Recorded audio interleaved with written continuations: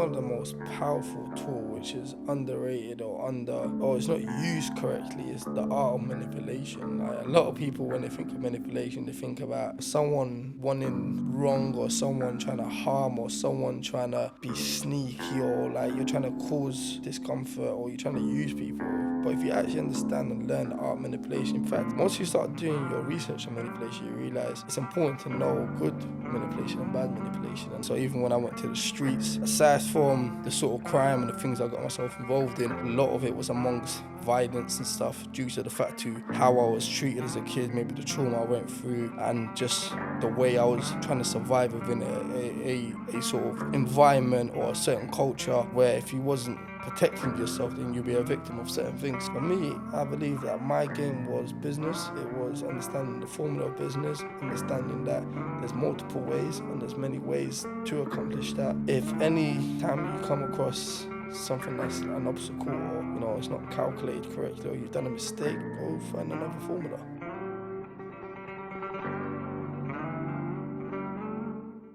Guys, welcome back to another episode of the Rizq podcast. Yeah. And like, I was like, whoa, they need it from someone when I'm not around. I was a celebrity for my rap before I even. I was telling you this earlier because my YouTube channel.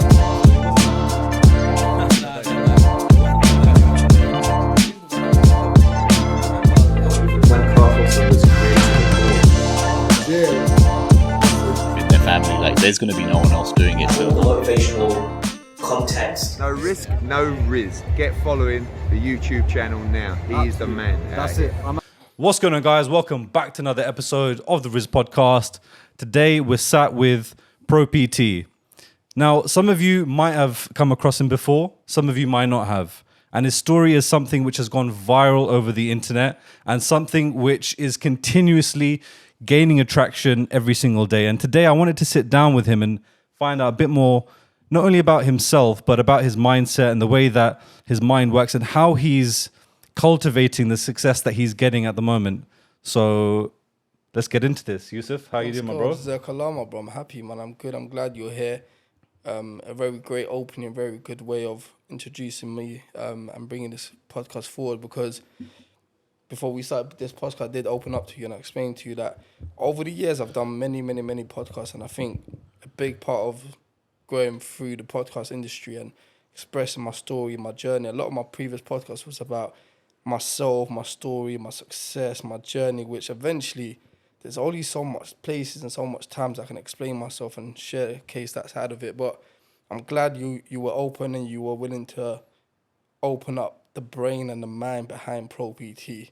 And I think that's a very interesting topic because especially over the years, understanding it's all good to be relatable to people. Mm-hmm. It's all good to, have my story in line, in a way be inspirational or have such an impact in a positive way amongst people who come from my culture, my background. But how about those people who don't have a similar background, a similar story, but just want to take in the mindset so they can utilize this as a source and as a formula to help them achieve whatever they want to achieve? Absolutely, bro. Absolutely. And like I said, I think your story is something which does bring a lot of inspiration, but, it's been told. So, there's many places where you can listen to the story of Pro.PT, brother Yusef here. And I think you should do that once you get to the end of this, right? So, 100%. So make sure you get to the end of this podcast, because what we've been discussing beforehand, I think, is very important for every single person who is tuning into this. And not only that, I think for a lot of people to hear. So let's get into this then, bro. So you're running this business in Yatoura. I want to just touch upon this business because I think your success in business, your success in social media has given you the right to then be on all of these podcasts, right? Absolutely. Because it's one thing to, have gone through a difficult journey and then turn your life around, but then to have transcended the levels, transcended the classes that I guess you're put in. I think that's the thing that makes you special. And so what I want to ask you as we get into this then is, what was the reason that you decided that you were going to go down this path of actually running a business rather than, going into a corporate role, right? So you'd had the life that you lived. It would have been much easier to go down that route. So why did you decide that you wanted to be a business owner? You know what? The first few challenges I had to discover and understand is when I came out of prison, there's a massive barrier and a massive obstacle you have to overcome. First and foremost is believing that you can fit in within a culture of working for someone, especially if you've got a criminal record, or if you feel like you don't have any sort of experience, or you feel like your past, you'll be judged upon your past. Does that make sense? I think that was the first sort of barrier to not allow me to fall into a job and get myself a job. And then the second thing was the fact that within myself, I've always, from a young age, was quite entrepreneurial. I've always was that kid who used to buy something and try and mark up on it and make money off it. So whether I was going to the markets, one big thing my dad used to do as a kid, actually, I never spoke about this. He used to take us to the market with a £5 note and a £10 note, and he said, you can't leave this market until you made £100. And then at the time, it was a bit embarrassing when we were young. We didn't know what we were doing. We didn't understand how we were going to do that. But he went to us and said, go buy something and sell it on within the same place. He said, there's two type of people here. There's sellers and there's buyers. And he said, you can be both right now. And he learned from growing up in Algeria and being within an environment where market buying and selling is a very common thing. You know, in Algeria, they have a place called souk, which is like the marketplace. It's not a place where, you know, it's not a retail store. You go there, you have your stuff, you buy and sell. So he basically wanted to teach us that from a very young age, and that really helped develop the entrepreneurial buy and sell aspect from us from a young age. So he will give us a 5 or a 10. He will tell us to buy stuff and sell it within the same market. So we'll go to the car boot sale, we'll pick something up, we'll negotiate on the price, and then we try to sell it. We'll go to hustle around, like, are you guys interested in buying this? And it did really, really, really well. So that whole buying and selling thing started pretty much from there, and building that confidence to know that everything can be sold and everything can be negotiated. So I was very confident in that side of things. So even when I went to the streets, aside from the sort of crime and the things I got myself involved in, a lot of it was amongst violence and stuff due to the fact to how I was treated as a kid, maybe the trauma I went through, and just the way I was trying to survive within a sort of environment or a certain culture where if you wasn't protecting yourself, then you'd be a victim of certain things. So a big side of growing within that was also someone who was willing to buy something and sell it at a good price. And then within that, I grew. So when I came out of prison, I learned that formula there can be implemented into anything. So the first thing I got myself into was the personal training side of things, because utilizing my platform, my transformation, how I transformed my body in prison was basically like a selling point for me to try to become successful amongst that industry of being a personal trainer. I had a big platform at the time, a BlackBerry phone, which had loads of, you know, friends on it, and by putting up that before and after picture, I had a lot of interest. So cut the story short, became really successful at a very young age within the personal training industry, but it's because I learned that I was able to speak to people, have the confidence of, you know, channeling my mind and utilizing my past experience into doing something positive, whether it's buying supplements and reselling it, upselling the service from showcasing testimonial. So that's the sort of blueprint where I got that sort of buy and sell. Came from the roots of my father, took it into the streets. From there, wanted to do something positive. So the barrier to why I never went back into working commercially or get myself a job, I never really had a choice but to work for myself. You know, so my first legitimate job was to be a cleaner. I was a cleaner in the gym, worked there for free, spent a year working there for free to build my clientele, build myself a platform where I can one day leverage. And from these people that I trained for free and this platform, this place that I built credit from, I built, you know, the trust and the database where one day people wanna work with me. So that's exactly what I did.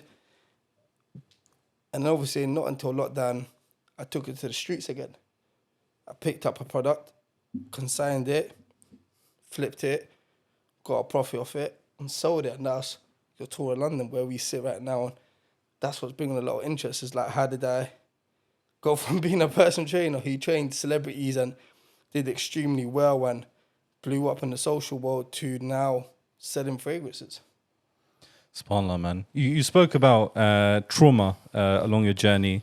I think trauma is something that everybody is exposed to a certain degree, but not everybody is able to actually gain benefit from that trauma. So, you can go into as much or as little detail as you want about the specifics of it, but what I'm keen to really understand is how you overcame that and how you're able to actually, sometimes even with myself, I think about things and it stops me from doing something. Yeah. And I have to teach myself to overcome it. So for yourself then, with what you've gone through, how have you been able to overcome these things? I believe I was exposed to trauma from a very, very young age. Like literally down from being a knee-high kid who was exposed to a broken home. That's the first sort of trauma, and I think I was also someone who was very close to my mum. And I felt like my mum felt something special within me. She felt that I was a very caring child, a very family-orientated child, a child who really stuck up for his siblings, stuck up for domestic violence that was going on around the house, really stuck up for my mum. I had this strong bond, strong love for my mum, and for me, noticing and realising and being exposed to certain things which I've never spoken to anyone about really made me create this bond. And my mum was my true inspiration growing up, so I really used to look up to my mum and see, like, I felt her pain, I felt what she went through, and I felt everything she was, battling, but she never gave up. And she's a revert, so she comes from a Catholic background, but she always used to say to me, like, I put my trust in God, or God's got a better plan, or it's gonna be all right. And she always prayed, so my mum was a big true role model to me, in the sense where even though she was going through a lot and I can feel her pain, she never gave up. So when I was exposed to this trauma and I saw these things, and I just looked deep into my mum's eyes, and I can see that she never gave up. She never folded. That gave me a bit of hope. And then seeing her get close to God, it wasn't until I went to prison at the age of 15 I really embraced my religion. Do you know what I mean? So I was exposed to trauma. My mum's going through a lot. She's finding it very difficult. She's not giving up. And at the same time, she's now using me as like her soulmate. She started to be very open, started to tell me everything she was going through. So everything eventually started to make sense. So if it wasn't for her to tell me what she was going through and what had happened and what caused her to be the way she is, or what caused certain things to unfold, maybe I'll be struggling right now. And it's a risk that a lot of parents, a lot of people don't take. They're not open. So I thanks my mum for that. And once I discovered the truth behind it all, bro, I went to war. So at the start, I was young, had trouble with my dad at the time. So I never really turned to a father figure, or I never really turned to having someone as a male figure to really guide me or support me or be there for me. So I turned to the streets from a very young age. I rebelled in school, extremely violent, always fighting. I tried to get into sports, very fat, overweight kid, a very comfort eater. I used to turn to food a lot when it came to trauma or pain or all this stuff, until it caught up with me and I felt extremely insecure. I felt very overweight, very unhealthy, but deep down I had this dog in me, bro, that I'm savage, because I knew my mum was going through shit. And I knew that my mum was going through it, and I felt helpless, and it really, really used to burn me. And then when my mum built this strong bond, this strong relationship with me, that she felt trust and she felt this power and strength and connection among us, even as little as the age of literally being 5 years old, being exposed to so much information. And she had no one really around her, because being a revert family at the time didn't accept her. She migrated from Italy to the UK. She had no relatives, no siblings, no cousins, no aunties, apart from her kids. She had 3 kids back to back. So by the time I was 5, I had a younger brother and I had an older brother 9 months, 2 weeks apart from me. But she never really exposed him to this thing. So I instantly had his father figure, and having a father, he was in and out through trouble, through being an immigrant. At the time, I didn't really understand his pain because Was he going to jail or just in and out of your lives, you're saying? everything, yeah. Okay. But it wasn't until like I became a young teenager, I turned to the streets. I felt like the people in the streets were more like a father figure, or I created a brotherhood amongst the people who I thought whatever I was in was becoming more relatable, because my younger brother never understood it, never got himself involved. My older brother neither did he want to get involved. I was the more, that's it, I'm going to war right now, I'm in the streets. I'll do what it takes right now to build a name for myself. And I carry that dog in me up until now, and I still have it in me. Do you know what I mean? So that's where trauma, how I dealt with it was, if it wasn't for my mum, I maybe wouldn't be that acceptance to it. And see my mum not give up and see my mum turn to faith is what gave me guidance to how to navigate trauma. And she never folded, bro. So my purpose was, I ain't gonna stop, I ain't gonna give up until my mum is good. I heard on another podcast that you did that for about 6 months you were sleeping in a disabled toilet. That's correct. And one of the things that, funnily enough, as we were kind of discussing and thinking about this, like the toilet, a bathroom, as we know, is a place, like a graveyard, right? It's a place that you don't go, no angels go there, you can't pray there, etc., right? So was that like, I mean, what was I don't want to go too specifically about, what was that experience like, or any details about that. We can talk about that, 100% we can talk about. You know what, you saying that now, I've never looked at it like that. My reason to sleep in the disabled toilet, from a kid who spent his 15-year-old in a prison cell where it was literally a bed and a toilet seat, my way of adapting to the disabled toilet, I thought I was being a cheeky guy, and I thought I was being smart at the time, and I thought I was always willing to put myself in a very uncomfortable position to come out the other side stronger. I'm a strong believer of being uncomfortable, going through the suffering. I get a thrill out of it, bro. There's many things I do right now I shouldn't be going into uncomfortable position. I purposely do it because I love that shit, bro. That's where the growth is. That's what exactly that. That's what growth is, and that's what ticks me. So, for me, being uncomfortable sleeping in the disabled toilet was a choice again. I chose to be homeless. I wanted to give up the streets. I wanted to give up my lifestyle. I wanted to give up my background, and it was catching up with me. I had just been stabbed 2 different occasions since I come out of prison. Whilst I'm trying to turn my mind around, I'm trying to do something positive. Whilst I'm trying to, change my life and lead by example and be this father figure to my brothers. And, my mum had a sister at the time when I went to prison as well. Dad's in and out. Again, like, money's very low. I've just gone for a breakup. I thought, yeah, cool, say no more. I can take all of this and I'm just going to challenge it. I'm going to do something that right now is helping me mentally. My prayers are there. I'm on point. Since the age of 15, I'm praying every day. Since the day I took a step into that prison cell, I ain't stopped praying, and I feel it now. I feel my energy and my confidence, and I literally discovered this mindset whilst I was in prison. It's like, I know why I'm going through this, and I know why God put me this, and I know why I'm this person right now who I'm a savage, bro, and I'm going to live by this. And I literally used to call myself the problem. People used to look at me and be like, this guy's a problem. And from a good way and a bad way, like, I can literally go into both. I can go into the problem kid or this savage kid from doing something positive, but I can also quickly flip it and do something very extreme and negative. But going back to the toilets was that, for me, like, I just wanted to give up that lifestyle. I thought the only way out of this is that right now I've got a legit job. I'm not getting paid for it. I'm a cleaner in the gym. And I thought at the time I need to learn how to become like the best in the game. And I'll do research and I'll look at YouTube and I'll be like, how to become the best personal trainer? What's the best way to become successful and all that? And a lot of people spoke about hard work and overtime and being consistent and stuff. And I thought, cool, I'm in the gym. I'm a cleaner right now, but this is just the blueprint. This is just the starting point. This is what I'm going to utilize right now to leverage off. So I thought, cool, at least I got accepted here. Before that, I've been rejected by 20 other gyms. Like, my CV wasn't even looked at. Even to get the job where I worked in, I handed my CV, emailed my CV, got turned down. I even went there and said, yo, listen, like, I will literally do anything. I will clean the gym for free if it meant I'd get an opportunity to be here. I don't even want to get paid.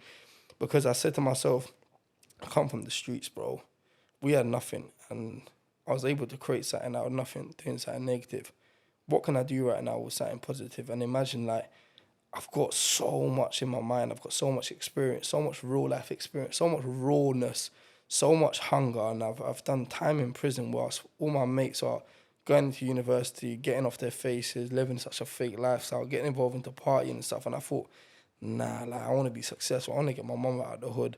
And the only way I'm going to do that is by literally being in an environment where training became really important for me, being a personal trainer, being someone who trains his body. I knew you can have such a good impact and good influence upon people, and I knew it triggers something in your mind, makes you feel good. It releases natural endorphins, and by being someone who now is mentally entrepreneurial, who loves being uncomfortable, who now can really channel his mindset, can really utilize pain and do something positive out of it.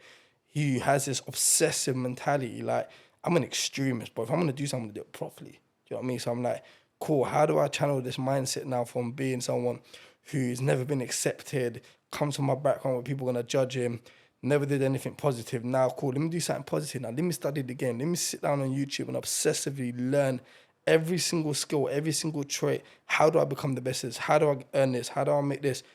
And I realized, it's just literally a game. It's a formula. So by the time I got the job, by going back in there and saying, to the manager, just give me a job and I'll work for free. He said, cool, be a cleaner. I was like, cool, I'll be a cleaner. He said, you ain't get paid for it. And he said, this gives you time to prove to us that you're trustworthy and you can eventually be a personal trainer here. I'm like, great, I'll take the opportunity. And I literally looked around, started cleaning. I thought, this disabled toilet's big enough for me. I can just put a sleeping bag in here. That means I don't have to travel an hour from where I live to move into this area. I knew by me being here, I get a workout, I get water. Like, I could literally live off the memes. By being in there, I was literally watching. I was going on Gumtree and like Facebook Marketplace to like buy supplements and try sell supplements to sustain myself and to make a living out of it. On the weekend, I was doing the rickshaw bikes in central London. I got myself the rickshaw bikes, the 3-wheel bikes, where I picked up customers, dropped them off to different locations, and made money off that to leverage, to give my mum something to sustain. But I thought, I can survive, I can live here. You know, I can literally put a sleeping bag in there. That means everything I'm learning, everything I'm taking in, I'm a doer, bro. I ain't gonna try. I'm gonna be here because I'm gonna execute. So by me being here, when that 6 o'clock door opens, I'm on that shop. I'm on the gym floor. I'm cleaning the gym. I'm leading by example. I'm doing inductions. I'm welcoming people. I'm greeting people. I'm building my name here. You know, I held on to Pro.PT at the time there. I built an Instagram account. Again, at the time it was difficult. I had other obstacles and stuff I was facing, like wasn't allowed a mobile phone. There was more to just being a cleaner, sleeping in the disabled toilet. It was like my mum thought I had to find a place to live and I was living at a friend's house. Little did she know that her son right now, he's really trying his best to make it out. And before I took that risk, my mum was like on a £12,000 debt that my dad left her. And I had to be that child who had to find a way to make that money and pay it off. And I did it.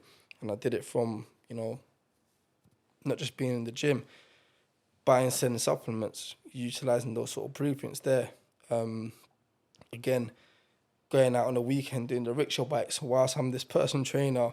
I'm looking at myself, I'm like, if only my boys saw what I'm doing right now, they think this guy's a big waste, man. Like, this is the guy who used to have a big name and such big respect in the streets, and everyone knew who he was, and he was really about it. And now this guy's picking up customers on a rickshaw bike, sleeping in the disabled toilet, like, is doing shit for free. How did you feel about that internally in yourself? Because you've gone from being on the streets, you know, you're making big money, and now you're sleeping in the toilet by your own choice, right? I loved every single moment, bro.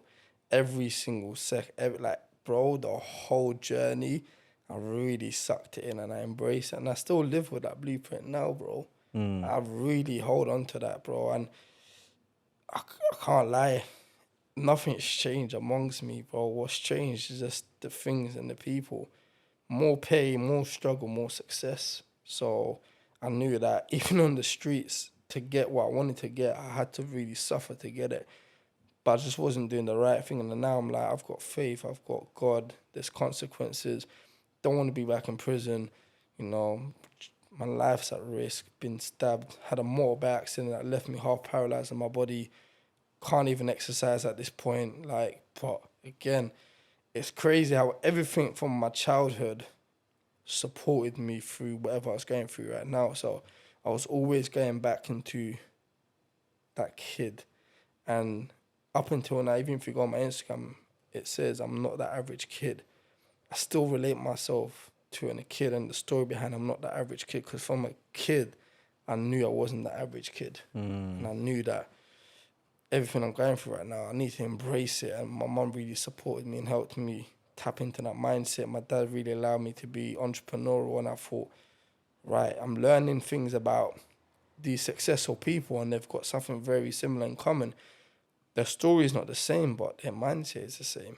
Successful people are very obsessive mentality people. They're people who have no excuses. They're overcomers. They're hard workers. They're overtimers. Like, they really put in a graph, and they're visionary people. They're people who follow their passion, their vision, their goals. And I thought, that's me. And I just put my mindset to it and became an overtimer and became obsessive with it. It was like that was giving me a thrill and a high. And there was nothing around it that can stop me. No people, no, like nobody, bro. My family couldn't stop me at one point.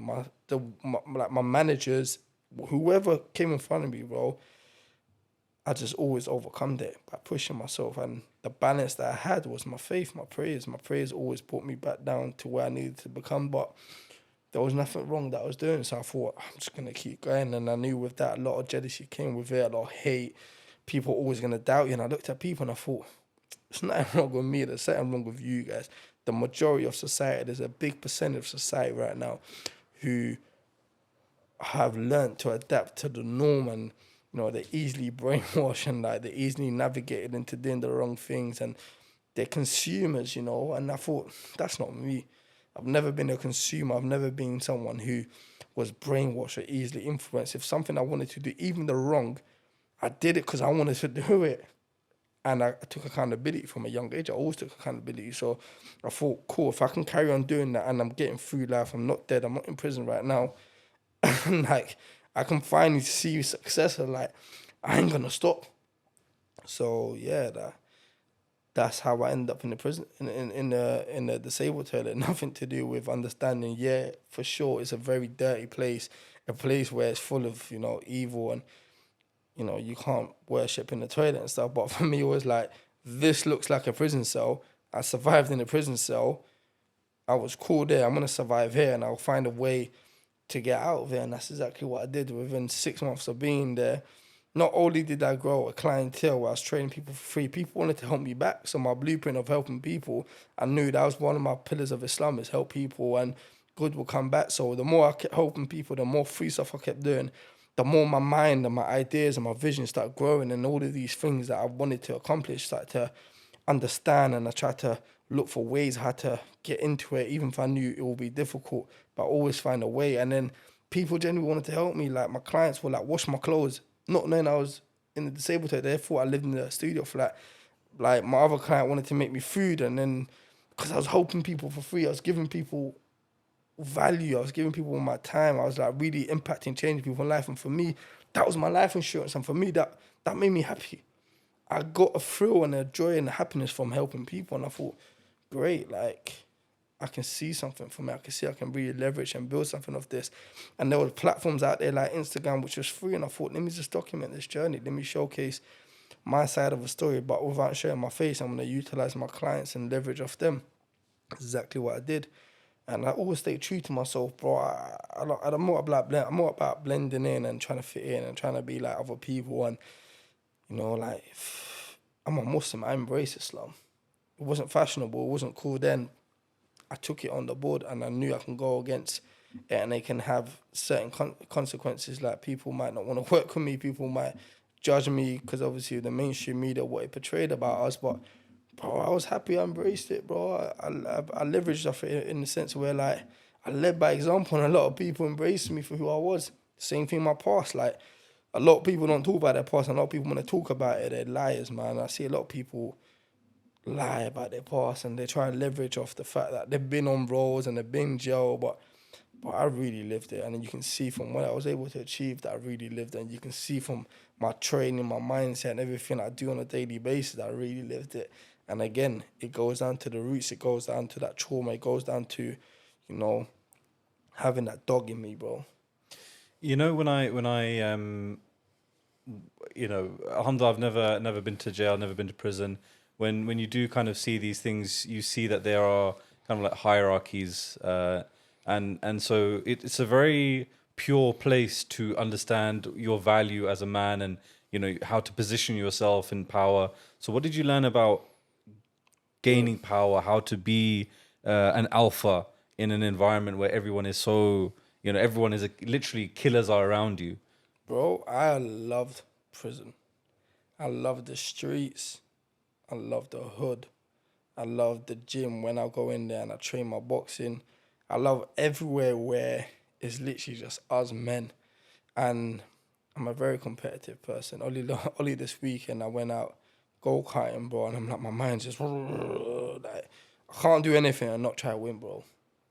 That's a lie. I'm not even try to win. I can't do anything but not win. I don't even try. For me, there's three things in life, yeah. There's the non-doers, which are the failures. There's the people that try, which is setting you up 50% to failure. And there's the executors who are the real doers. And I always want to be that person who execute. I'm a doer. Even though I struggle, I fail, I make mistakes.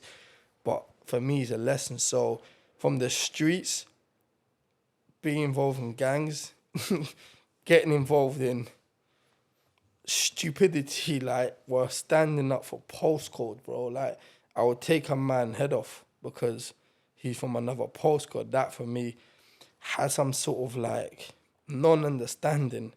Now I look back on it, but back then it made sense. We have to hold our guard.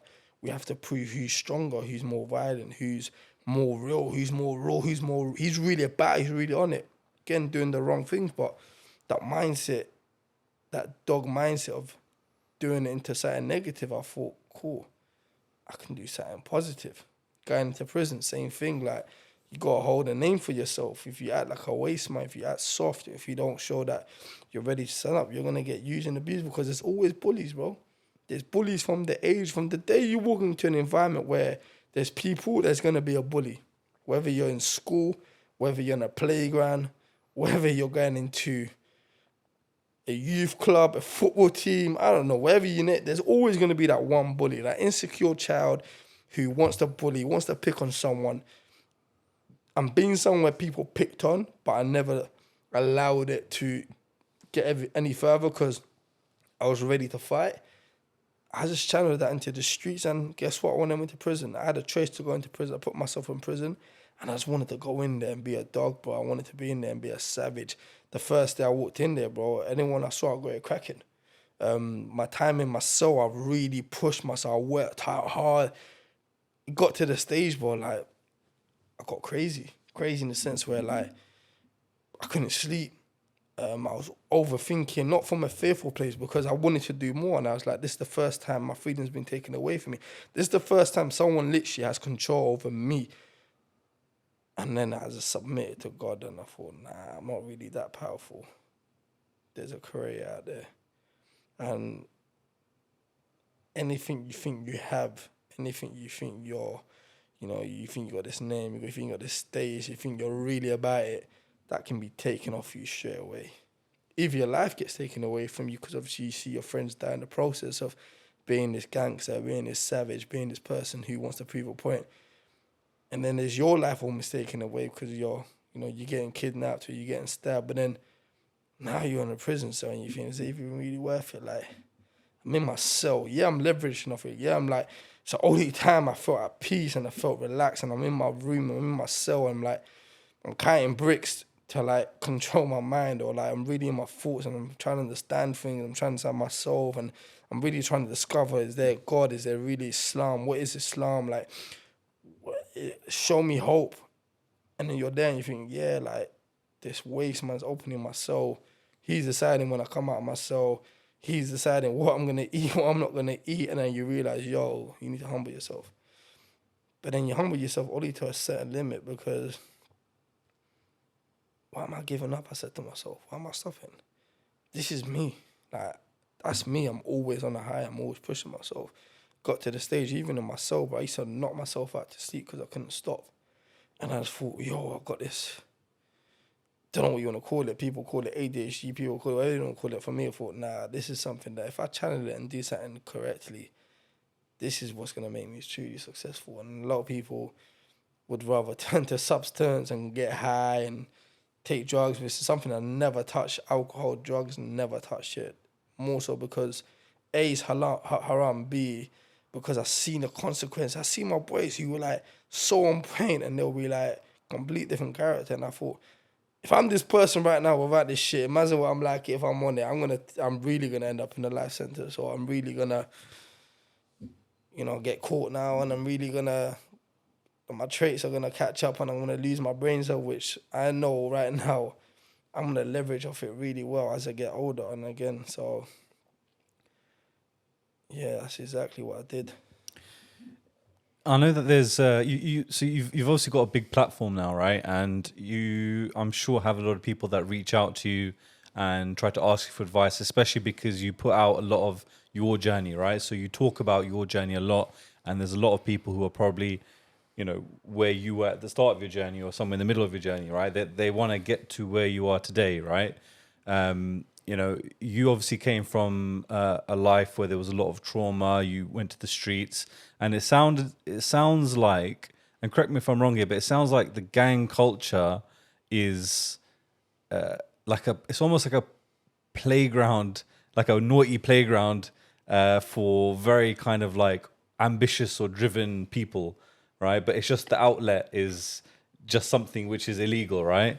And then you've like, we've touched upon this, that you went almost homeless, well, you were homeless, your home was the toilet. Now, alhamdulillah, mashallah, you're running several businesses. You had the whole career as being a PT where you were working with the top 1% of people.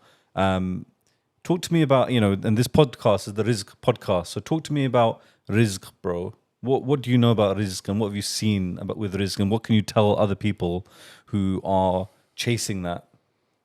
So first and foremost, explain to the people what Rizq is as well, so they understand it as well. Sure. So Rizq, for those who are watching, is your sustenance, and it's not specifically related to money. It's actually all the good things that we have in our lives. So our family, our health, the knowledge that we have.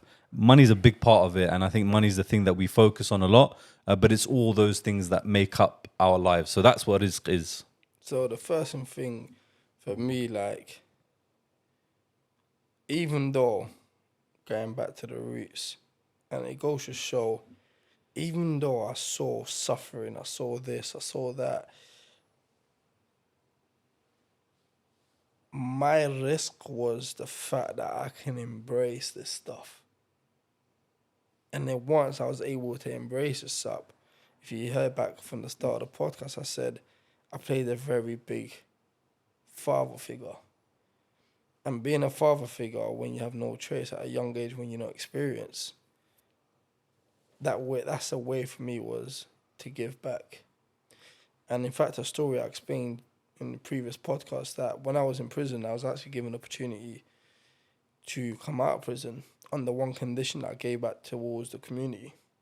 And growing up, being in a Muslim household, going to mosque, doing these things and that, charity was a very spoken thing. It's a very open thing. It's one of the beauty of Islam. It's a lot of charity. It's one of our 5 pillars, charity. So I was aware and I was open and understanding of these things. So when that judge said to me, look, you have to give back, one of your conditions. If you don't give back, you're going to end up back in prison, serve some time. And by the way, for you guys that are interested, I was actually looking at a life sentence amongst my colleagues who are doing life sentences right now for what I went in prison for, is that for me was an opportunity to, now everything I do, I have to give back.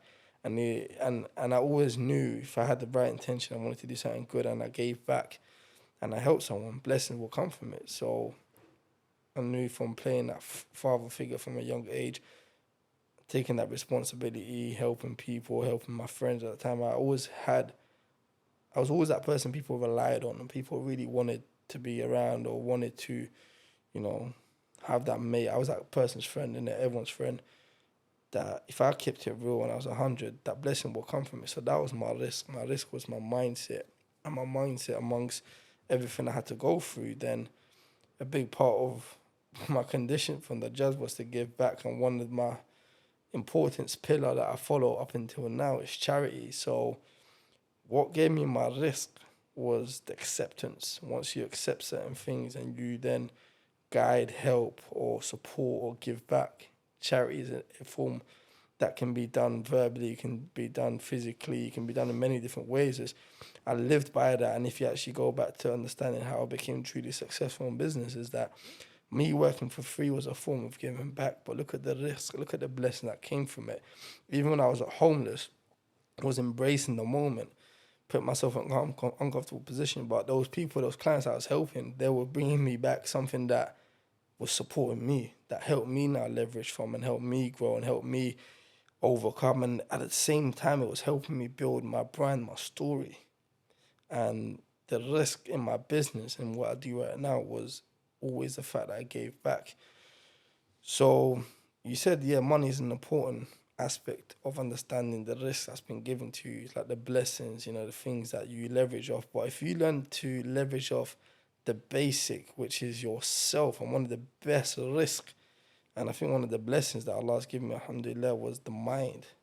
You know, and this is one of the reasons why we're sat on this podcast. Like, risk doesn't always have to be physical, like you explained. It can be a thing, it can be a feeling, it can be a person, it can be many, many, many, many things. So understanding that from a young age, carrying that within myself, bringing me where I am right now, where I'm impacting, I'm influencing many, many, many people. I have a strong foundation, a strong clientele, a good network of people, family where we truly live the family culture. Again, going back to the mind and mindset right now where I can do whatever I want.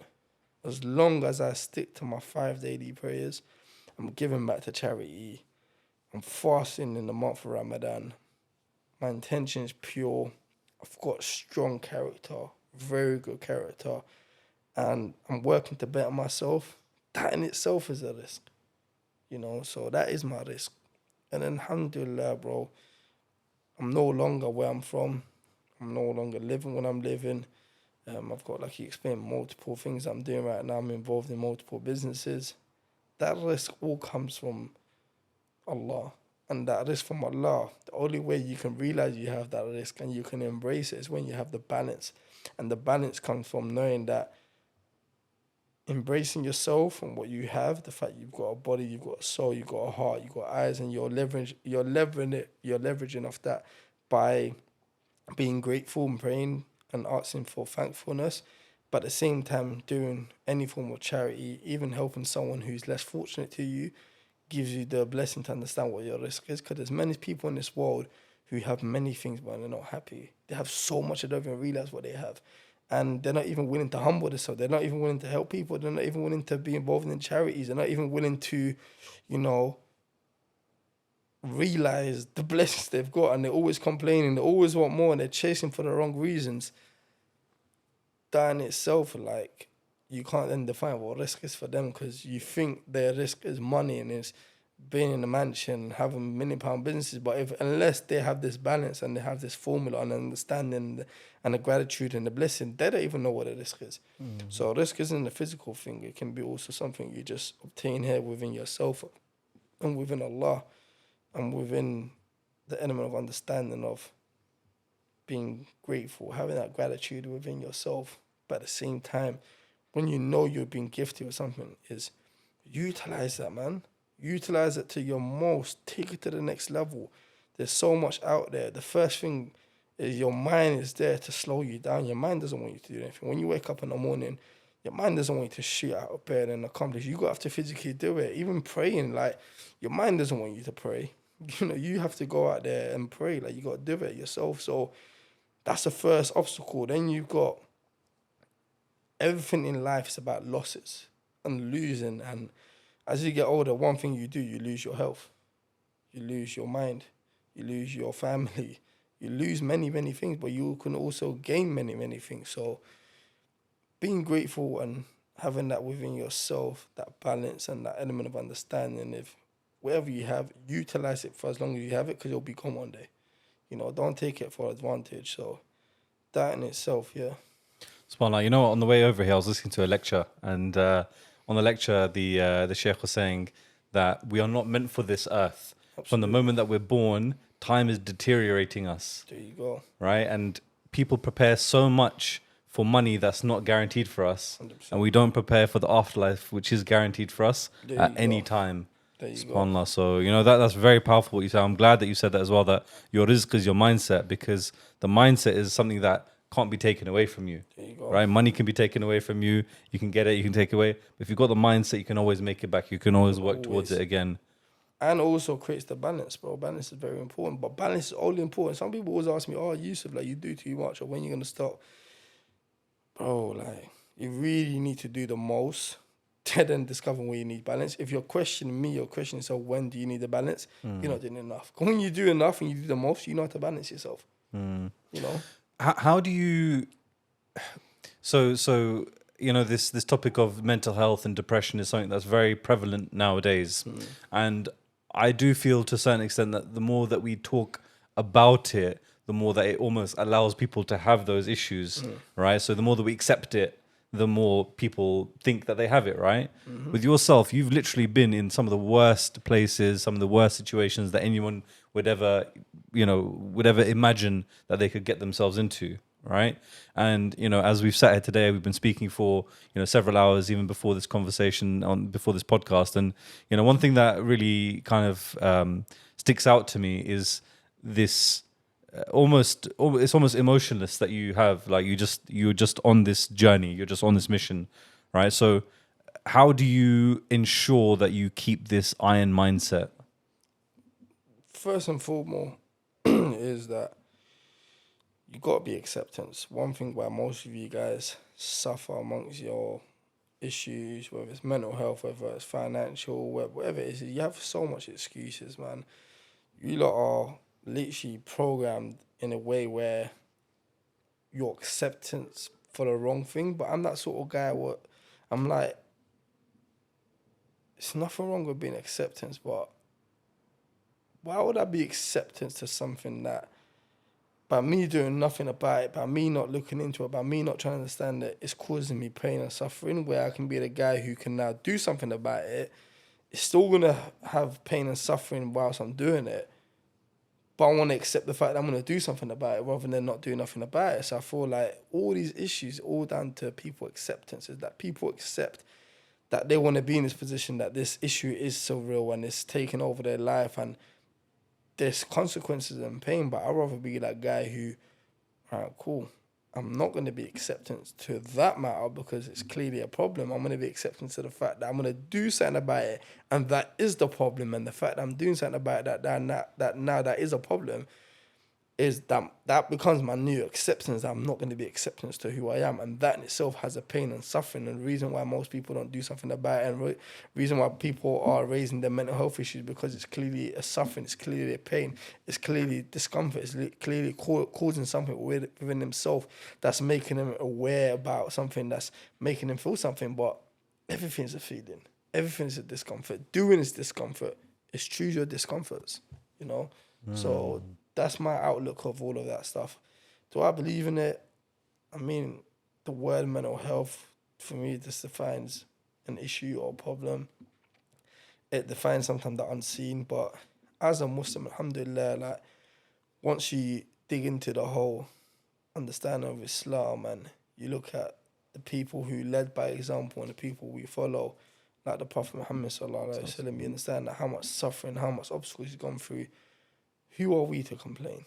And then you look around and you see the people who are less fortunate, who have worse things around us. That in itself creates humbleness. Like, who are we to complain? Doesn't mean you don't need to embrace what you're going through, but if you're going to embrace it from an aspect where you're going to utilize that to now do something about it. you know, and then all of a sudden you realize it doesn't exist, and everything that was once a problem no longer is a problem if you do something about it.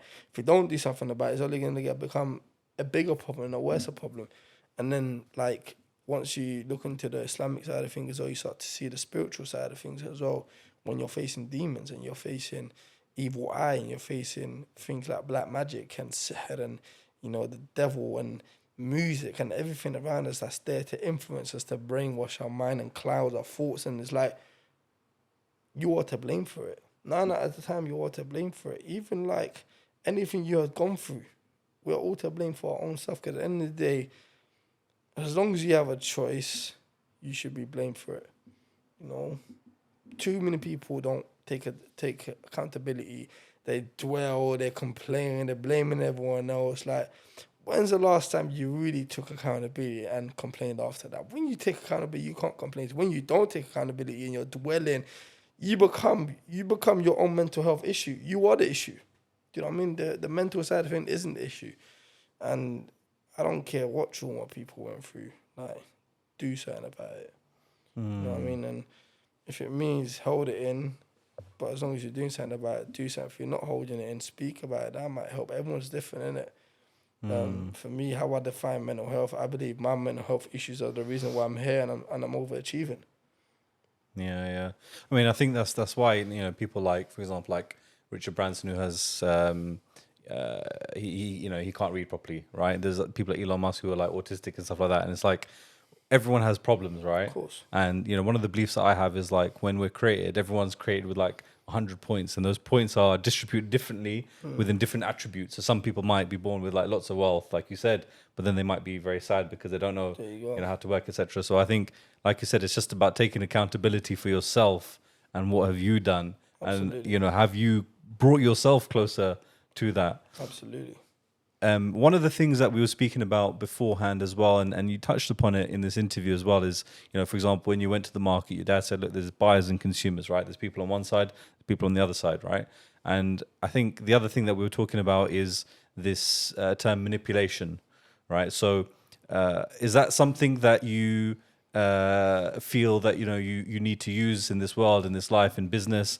And how can other people then, you know, learn from you in terms of how you've been able to utilize these things for themselves as well?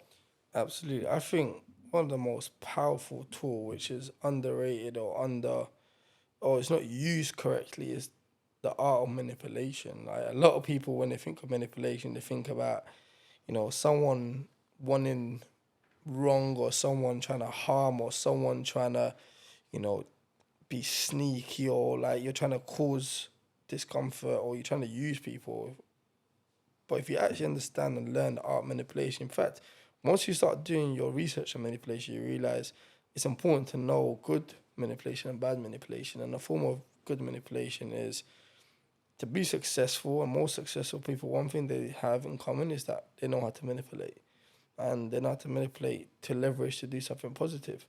So there's that side of it. And then there's obviously the art of bad manipulation, which is probably used wrongly in relationships, in, you know, in taking advantage of people, grooming, all of that side of thing. And sometimes it's important to understand and learn to see whether you're a victim of any of that or you've been a victim, to why you want to understand why your mindset is programmed or set in a certain way. But for sure, I think manipulation is a great tool, it's a great art. If you do it positively, you can really leverage and grow successful businesses. Everything is a form of manipulation.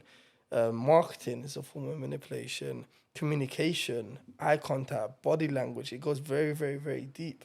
Do you know what I mean? And stop being naive. You guys hear manipulation, you think, oh my God, he's a manipulator. Oh my God, I'm getting manipulated. Or your ex-partner's manipulated. If he is manipulated, you fucking go learn about it. Go do something about it, man. Snap out of it. It's that simple. Like, do your research, man. Don't stop hiding away and shying away. And it's something that should have been taught in school.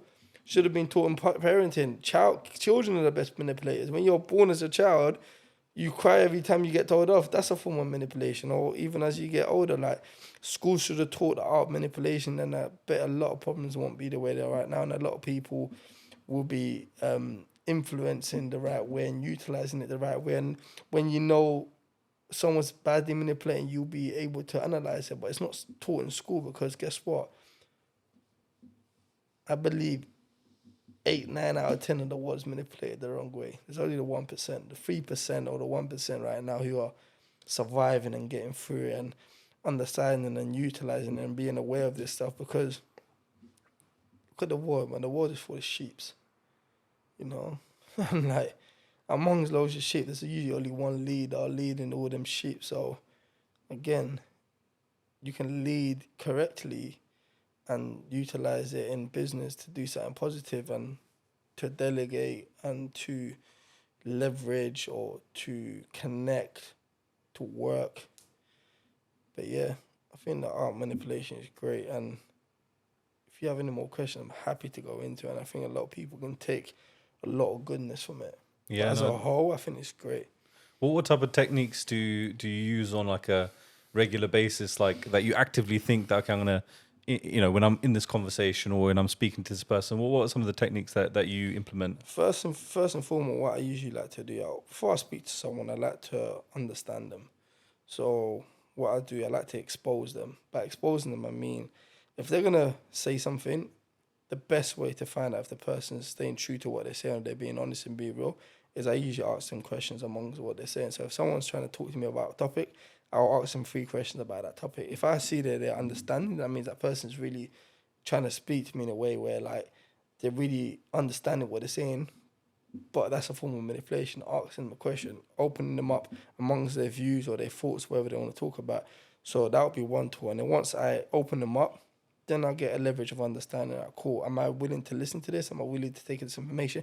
Do I now believe and trust this person? Another form that I do as well is like, I like to read people as well. I like to watch people, eye contact. I see how they breathe. I see their posture, like their expression. When they're talking to me, do their forehead cringe? Do they give me strong eye contact? Are they talking to me from a place where like they believe in what they're saying or they're a bit all over the place? And another form of manipulation, what I'll do is I'll get them to re-say what they said to see can they remember what they said. Is this something that's coming from an emotion perspective, or they're just saying it for the sake of saying it, or they're saying it because they truly believe in it, or they're truly trying to put a message across? So again, that's another sign of manipulation. Another sign of manipulation, something that can be in business. Like, for example, you got someone who's a new staff and they're working and you really see that there's aspects in them in their life where they're struggling. It might be financial. So you give them hope, bit of hope. You start saying to them, which, again, it's not a bad way. You start giving them goals and you start leveraging off their weaknesses, which is their financial situation or, you know, the position that they're in right now, but they want to become better. It's like you manipulate them to give them ambition and you give them the blueprints and your past or what you've gone through to leverage off their weaknesses so you can get them to outwork and outperform where they are right now to get to a certain level. That's a great way of using manipulation. But some people, however, will be like, no, this person, I don't want them to grow. I know they've got a weakness. I'm going to really like make the next objective really difficult for them. I'm going to use them because I want to keep them there. I want to keep them on a low salary, or like, you know, I'm going to make them believe they're not good at something so they never want to progress. That's a form of manipulation. That's bad manipulation. Do you know what I mean? So until you've been through it, until you've been manipulated yourself, until you don't realize, you know, what bad manipulation is, sometimes it's good to understand these things because it takes you very far in life, because everything I believe in the world is full of manipulation. Unintentional manipulation as well. You know, yeah, some people in a relationship and they have a partner who, you know, wants something, they might not be direct and tell you. What they'll do is that they'll make you feel sorry for themselves first and they'll be like, oh, like, and then all of a sudden they will ask you. That's a form of manipulation. That's unintentional manipulation. And then there's really bad manipulation where people are very good at lying, they're very good at hiding things and all these things. So you got to learn that. I think it's a very important key to understand and learn too. Once you discover it, you understand it, I think you can use it with many things.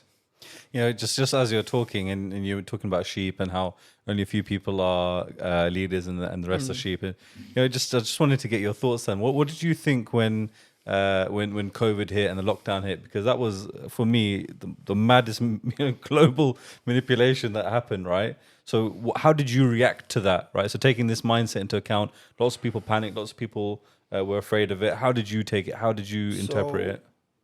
Before COVID and that, I accepted that whole world was full of sheeps. People around me were sheeps. So that was like a turning point where I thought, I'm going to take advantage of this moment. I know everyone's going to fold. People are going to comply. And I've never been that kid who complied. I literally remember the day of COVID. I said, you guys are going to be sheeps. I said, you guys are going to fall for this. You guys are going to be easily navigated and manipulated. I said, like, I remember posting a video and I said, my family couldn't stop me. My teachers couldn't stop me. The system couldn't stop me. The police couldn't, the judge, nobody could have stopped me. And I said, at that point there, I said, nothing can stop me. As long as you're doing right and you're living right. And I remember scrolling through Instagram, a lot of people were making these content about COVID and stuff. And there was one imam, he said that if you're in a room full of illnesses or anything bad, and Allah does not want you to be affected by it, no matter how close you are from it, it won't touch you. So I thought, no way is something being advertised that's literally here to wipe the world and kill us. And in our times, we know there's so much still to come to the end of the world that this is nothing going to be something I'm going to sit here right now and just fall into and believe and think, yeah, it's coming to wipe me out. And I just saw how quickly it really, truly exposed people. And I just took advantage over that. And I thought, you know what, I'm going to keep going. And I'm going to leverage off this moment. I'm going to take full advantage to A, better myself, and B, really go to understand things on a deeper perspective to see how easily people are influenced. And this goes to show everything I was taught, everything I learned before the COVID situation, it's really showing, it's really making sense. So, yeah, that's my views when it comes to the COVID side of things. Like, it's all bullshit, man. And again, something that you've a running theme in what you're saying is whenever there's like obstacles in your way, you use those obstacles to actually lift you higher. Absolutely. Right. So COVID was actually a time when you were able to like you said, leverage that situation. People are sitting at home, and you launched a brand, you launched a business, and obviously gain success from that, which is allowing you to further yourself now. Absolutely. And so for those that don't know, by the way, so if you've got to this point in the podcast, by the way, I want you to just leave a comment below, and I want you to comment below saying coffee, just so that I know who's listening all the way through. And so what I want to do is just on that as well. The reason I mentioned that was because Pro.PT Yusef here has got a massive ulcer in his neck. So this whole time, if you haven't known, if you haven't realized, mashallah, he's been sat here talking with a big ulcer in his mouth. So hit that like button. Make sure you share this for my brother Pro.PT and his ulcer, subhanallah. So what I do want to do is I do want to allow your throat to relax and rest. But you said that you studied the game and that you realized that there was a formula.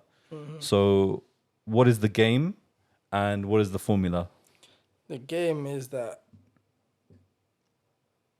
there's never an ending story to anything. There's only one thing promised to us, and it's death. So the formula to that is that everything has a formula.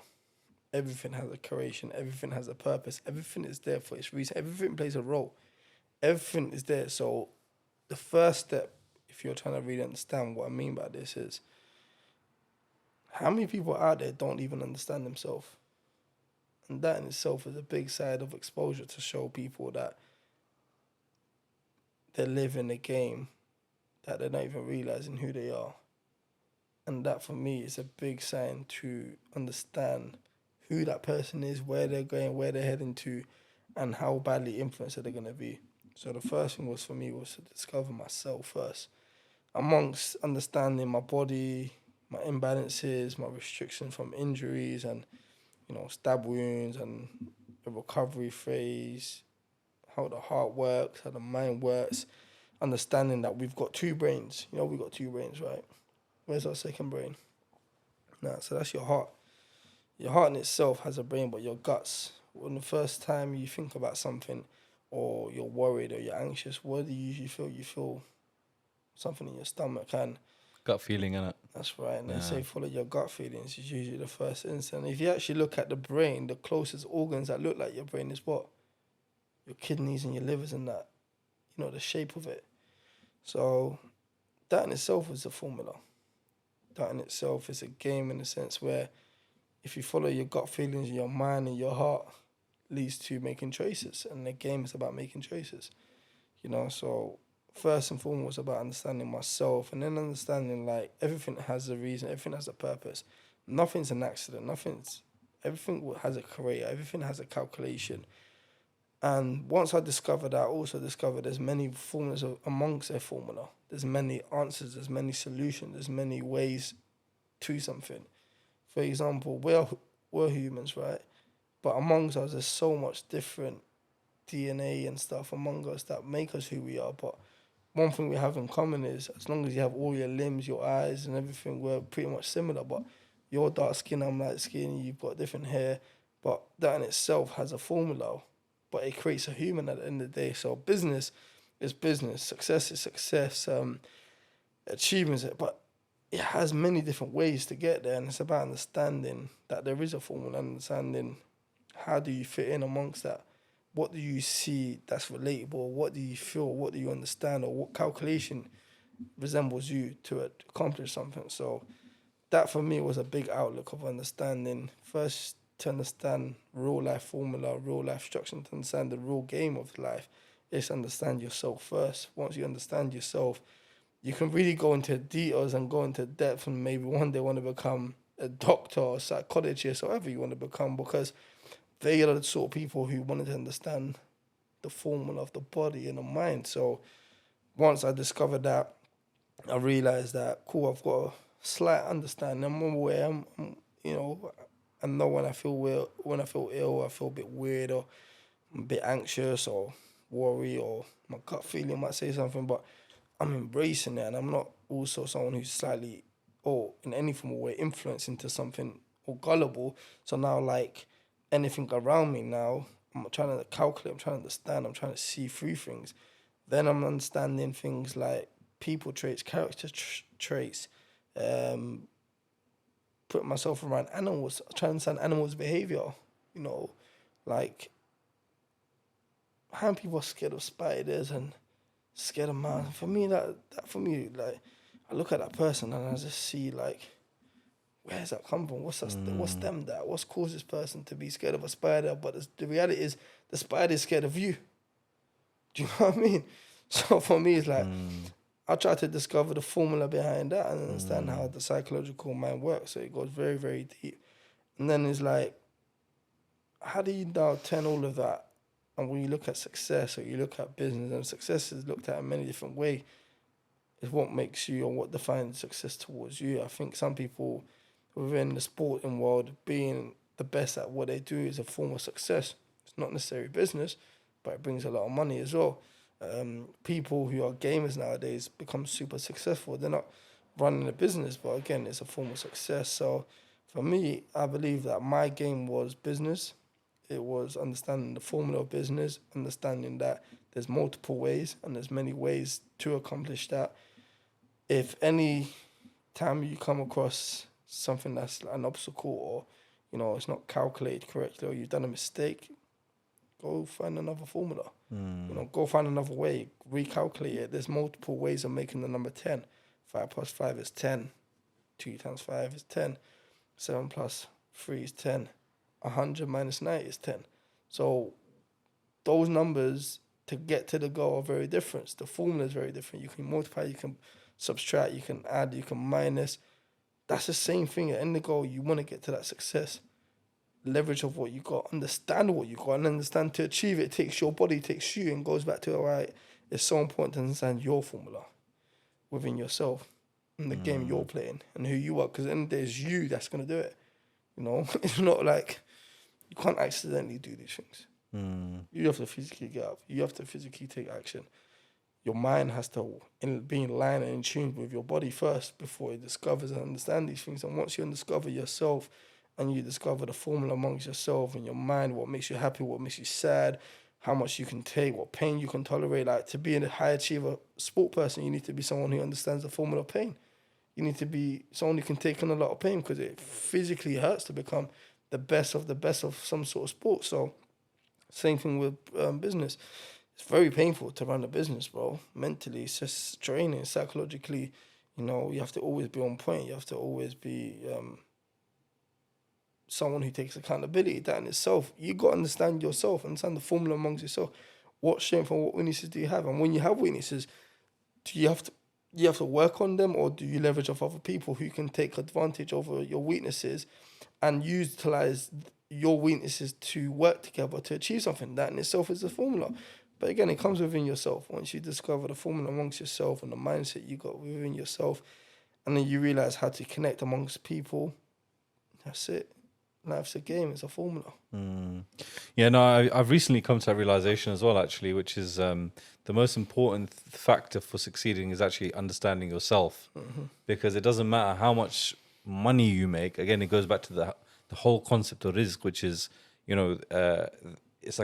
it's not just the money, it's everything. Absolutely. Right? So you don't get everything if you don't know yourself. So, subhanAllah, that's very, very well said. And I think that was a different answer to what I think most people would be expecting to hear as well. Absolutely. So, subhanAllah, bro, look, I don't wanna take up too much more of your time, because on this podcast, at least, I do think that there's a lot of future podcasts that we need to do. Definitely, bro. And I think there's a lot of conversations that we've had that maybe in 6 months or 12 months or however long, it would be very interesting to hear your thoughts on how these things are going. And I think, someone like yourself, you're an action taker, you're someone who's always doing something. So there's always going to be something new to see from you.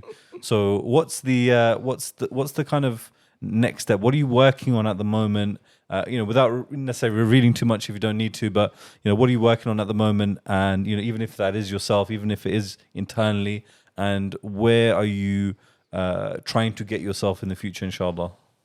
So next sort of step is understanding the game. The game is changing. The game evolves very, very quickly. There's always a new edition. There's always a 0.2 or 0.1. Now we're walking to a generation where AI has been introduced to us massively. I think we're very far behind in the sense of understanding like where things are evolving way too fast. And if we don't play the catch-up game and learn these things and adapt to these things, we're going to really be in a position where we're going to be messed up. Do you know what I mean? As it is already, the world is already mess. I think we're going to be even more mess. Understanding these things are going to go on, these things are happening around us. So really taking and understanding and have better outlooks, but at the same time understanding how quickly food is evolving, how quickly food is having such a bad influence, such a bad negative consequence towards people's health. People are dying left, right, centre due to cancer and all these illnesses caused by food. So really understanding like how can we create a change in that aspect, and understanding technology, how quickly it's evolving, where it's having positive and negative impact on us. Understanding people's mental state are changing. People are more and more depressed. People are more and more negative. People who used to look up to 10 years ago are no longer the same. Parents who led by parents are no longer parents. Parents are worse than kids nowadays. So like all these things is like, that's my next thing, bro. It's just staying on top of the game, really expanding my knowledge, my views, my understanding, and obviously, most importantly, staying on top of my team, bro. That's the most important part, because at the end of the day, like, I can have all these great ambition, all these great goals and understanding and think I'm this superhero, but bro, I can die right now. None of this matters. And what matters is the legacy, the impact, the charity that I do, and the people that will come to that grave. And until they die, keep making dua for me whilst I'm dead, bro. SubhanAllah, man. A very, very powerful way to close that off. And I think there's not much more for me to say, because, however much risk we're going to get in this life, ultimately all of it's going to go when we go into the grave. And the only risk that we'll have at that point is our good deeds and our good rewards. Absolutely. And, I hope that any benefit that, people gain from this, may Allah reward you for that. Ameen. And give you more, inshallah. And, bro, Yusef, I think we definitely need to catch up. We definitely need to do some more. But this is a nice way to introduce people to some of your thoughts, some of your principles, and some of in essence your mindset. Absolutely. Right, we know your story, and I think it's good to just tap into your mindset a little bit, bro, because you're a traditional male in the sense of you have those values. you believe a man should do certain things, and you know, obviously you have full trust in Allah that He's going to be the one that provides for you. And I think those are very, very important traits to have, and people need to hear those traits from people. And we don't have enough examples and role models. Absolutely. Role models is something that you spoke a lot about. So you know, I think that you are someone that other people, you know, people can look up to. And I think, you know, not to kind of go on for too much, but a lot of people do reach out to you as well, right? On So a daily basis. what type of people reach out to you? Even What- before we started this podcast, someone just sent me the video. Did you hear someone talk about their story? I was Subhanallah. listening to that video yeah, right now. yeah. There's someone that reached out to me 2 days ago, basically pretty much losing hope in life. Feels very suicidal. Only 2 days ago, I was in the office and someone sent me a video of them taking pills and said, yo, like, they basically tried to commit suicide, and like, in front of, I basically had to get on a call and try to save this person's life at almost 1 o'clock at night whilst I was in the office working. So a lot of it is like men really trying to take off their life and now exposing it to people like myself, who's very strong-minded, open-minded, and really attracts people who suffer, but at the same time attract people who are high performers and high achievers who are leading it by example like I am. Do you know what I mean? So, yeah, a lot of that, bro. A lot. SubhanAllah, man. Yeah, if anybody wants to get in touch with Pro.PT, obviously his details are going to be below this, so make sure you give him a follow. Make sure you give us a follow. Make sure you subscribe to the channel.